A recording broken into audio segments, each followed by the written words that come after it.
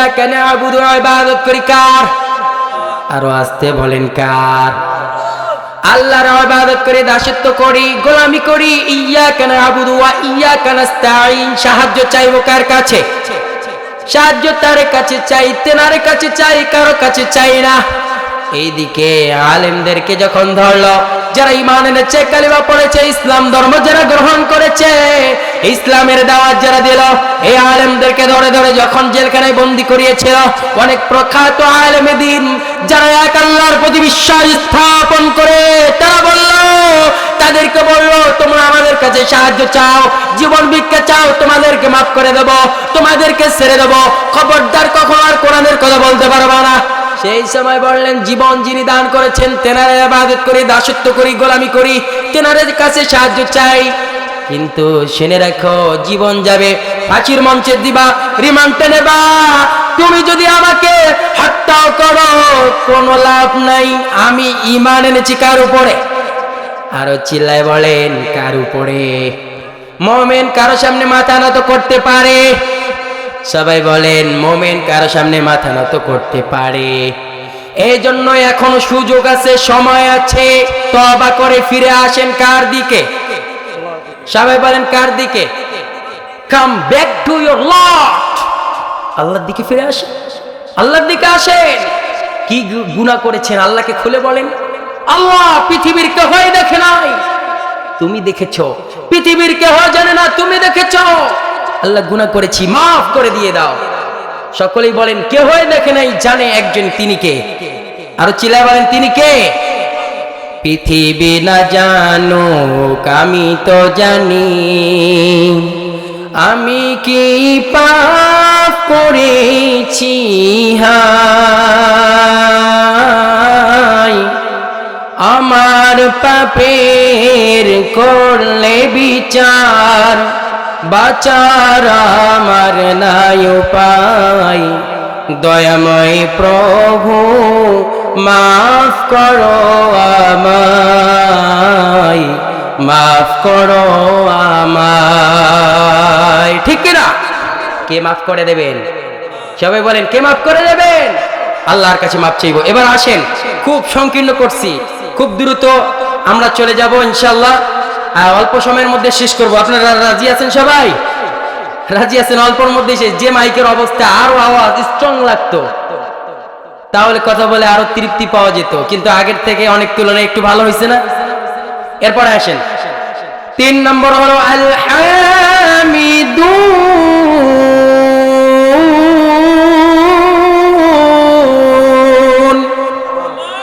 মুমিন যারা হবে তার মধ্যে 3 নম্বর হলো যে তারা প্রশংসাকারী হবে কার? আরো চিল্লায় বলেন, আল্লাহর প্রশংসা করবে।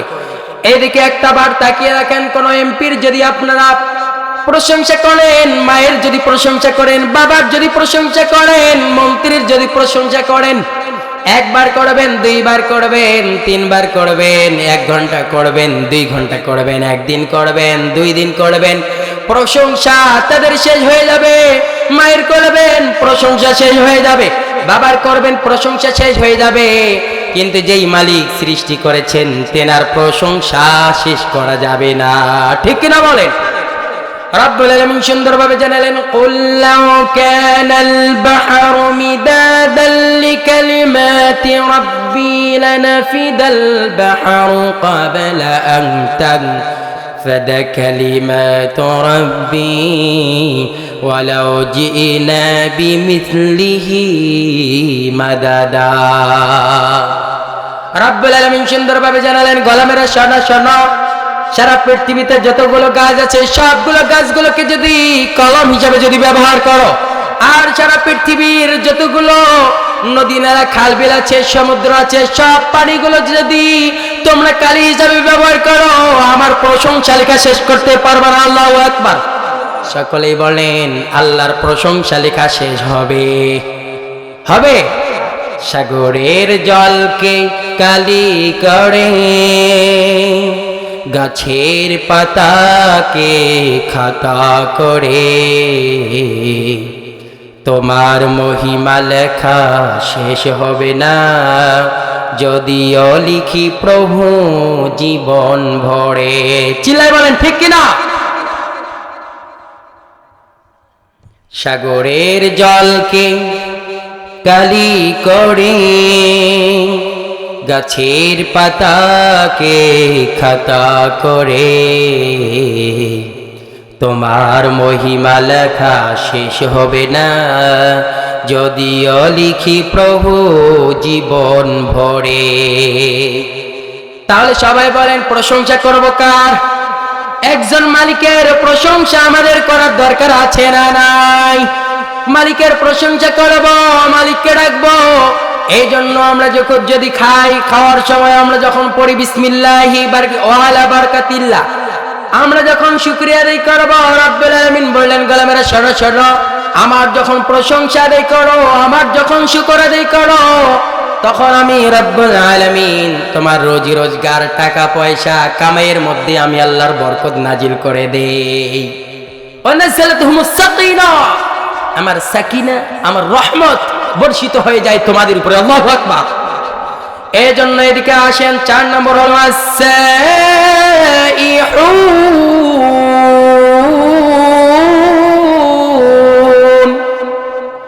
রাব্বুল আলামিন বললেন ও গোলাম শোনো শোনো, মুমিন যারা হবে তার 4 নম্বর গুণ হলো, তাদের 4 নম্বর গুণ হলো তারা রোজা রাখে। রোজা পালন করে কাকে ভরসা করে?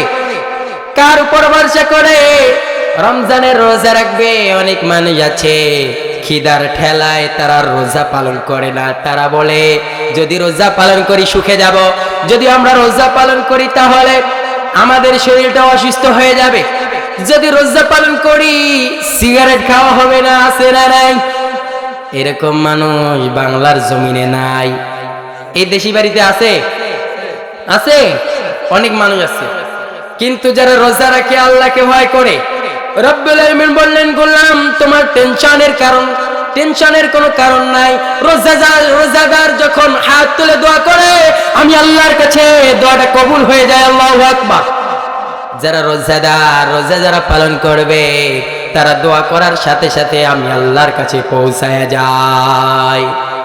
এইদিকে দেখেন রাসূল সাল্লাল্লাহু আলাইহি সাল্লামকে একজন সাহাবী জিজ্ঞাসা করলেন, ইয়া রাসূলুল্লাহ, ইয়া হাবিবাল্লাহ, যারা রোজা পালন করলো, এই রোজা পালন করার পরে এদের সওয়াবটা কি বাকি থাকে?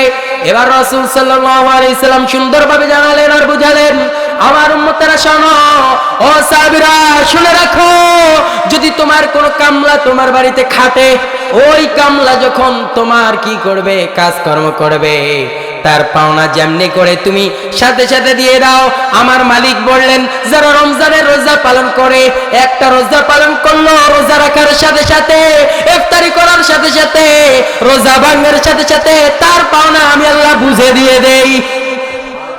আরো জোরে বলি সুবহানাল্লাহ। যারা রোজা পালন করে তার পাওনা আল্লাহ সাথে সাথে বুঝাই দিয়ে দেন। আল্লাহু আকবার। বিশ্বনবী সাল্লাল্লাহু আলাইহি সাল্লাম সুন্দরভাবে জানিয়ে দিয়েছেন, সালাতাতুল লা তুরাদ্দু দাওয়াতুহুম আস-সাইমু হাত্তা ইফতিরু ওয়াল ইমামুল আদিলুন ওয়া দাওয়াতুল মাজলুম। রাসূল সাল্লাল্লাহু আলাইহি সাল্লাম জানিয়ে দিলেন, আমার উম্মতেরা শোনো, 3 জন ব্যক্তি আছে, এই 3 জন ব্যক্তির দোয়া আমার মালিক আল্লাহ কখনো ফিরায় দেয় না। আরো জোরে বলি সুবহানাল্লাহ। 1 নম্বর হলো রোজাদার যতক্ষণ পর্যন্ত না ইফতার করে, ততক্ষণ পর্যন্ত মালিকের দরবারে যা দোয়া করে তাই দোয়া কবুল হয়ে যায়। আল্লাহু আকবার। 2 নম্বর হলো ন্যায়পরায়ণ বাদশা, ইমামুল আদিলুন, যারা কোরআন দিয়ে দেশ পরিচালিত করে, যারা ন্যায় বিচার করে, মানুষের উপর অন্যায় অত্যাচার নির্যাতন জুলুম করে না, তারা দোয়া করার সাথে সাথে আল্লাহর কাছে পৌঁছায় যায়। আল্লাহু আকবার। 3 নম্বর হলো মাজলুম ব্যক্তিরা, তারা যদি দোয়া করে সেই দোয়া আমার মালিকের কাছে সরাসরি পৌঁছায়া যায়। এই জন্য সবাই বলেন রোজা রাখার দরকার আছে না নাই? এই সামনেই রমজান মাস, সামনেই রোজা, সামনেই চলে এসেছে, প্রস্তুতি গ্রহণ করো। রাসূল সাল্লাল্লাহু আলাইহি সাল্লাম প্রস্তুতি গ্রহণ করতেন। দুনিয়ার বুকে কি দেখেছ? কি আছে?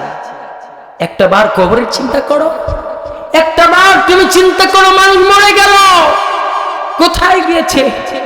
একটা বার চিন্তা করো, বাবা মারা গেল, বাবা কি সঙ্গে করে নিয়েছে?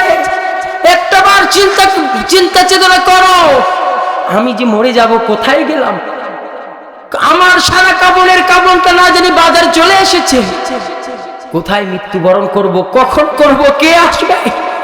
মা বাবা ভাই বোন যারা চলে গেল, একটা বার শিক্ষা গ্রহণ করো।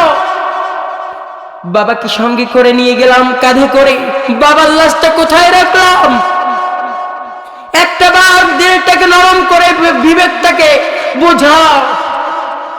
আমার মাকে যে দাফন করলাম, মাকে হারালাম, যে মা গর্ভে ধারণ করলো, সেই মা কোথায় হারিয়ে গেল? না জানি ওই খাটুরিয়ার মধ্যে যদি মা না চড়ে আমি যদি চড়তাম, কি জবাবদিহিতা মালিকের কাছে করব? না জানি আমার রুহটা কখন জানি নিয়ে ঠাস করে আল্লাহর কাছে নিয়ে চলে যাবে, কি জবাবদিহিতা করব? আপনি বেঁচে আছেন, এই দেহটার মূল্য কোটি টাকার মূল্য হয়ে গেছে। এখন সবাই স্ত্রীও ভালোবাসে, সন্তানও ভালোবাসে। মায়েদেরকে বলি, স্বামীও তোমাকে ভালোবাসে, সন্তানেরাও ভালোবাসে, বাবাও ভালোবাসে, মাও ভালোবাসে। আমার সন্তানেরা আমাকে ডাক দিয়ে বলে, বাবা তুমি কি খাবার, তোমার জন্য নিয়ে আসবো, মা অসুস্থ। মায়ের পাশে বসে সন্তানের ভালোবাসায় মায়ের কাছে বসে সন্তান কান্দে। বলি, মা তুমি যদি না থাকো তাহলে আমার এই পুরো জীবনটা শেষ হয়ে যাবে। মা, সন্তান বসে বসে কাঁদে। একটাবার চিন্তা করো, সেই মানুষটা যখন মরে যাবে, এই শুধু দেহ পড়ে থাকবে, 4 তিল পরিমাণ, 4 আনা 4 পয়সাও তার মূল্য আর দাম নাই।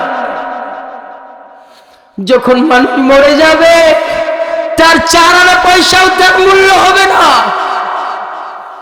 একটা মানুষ যখন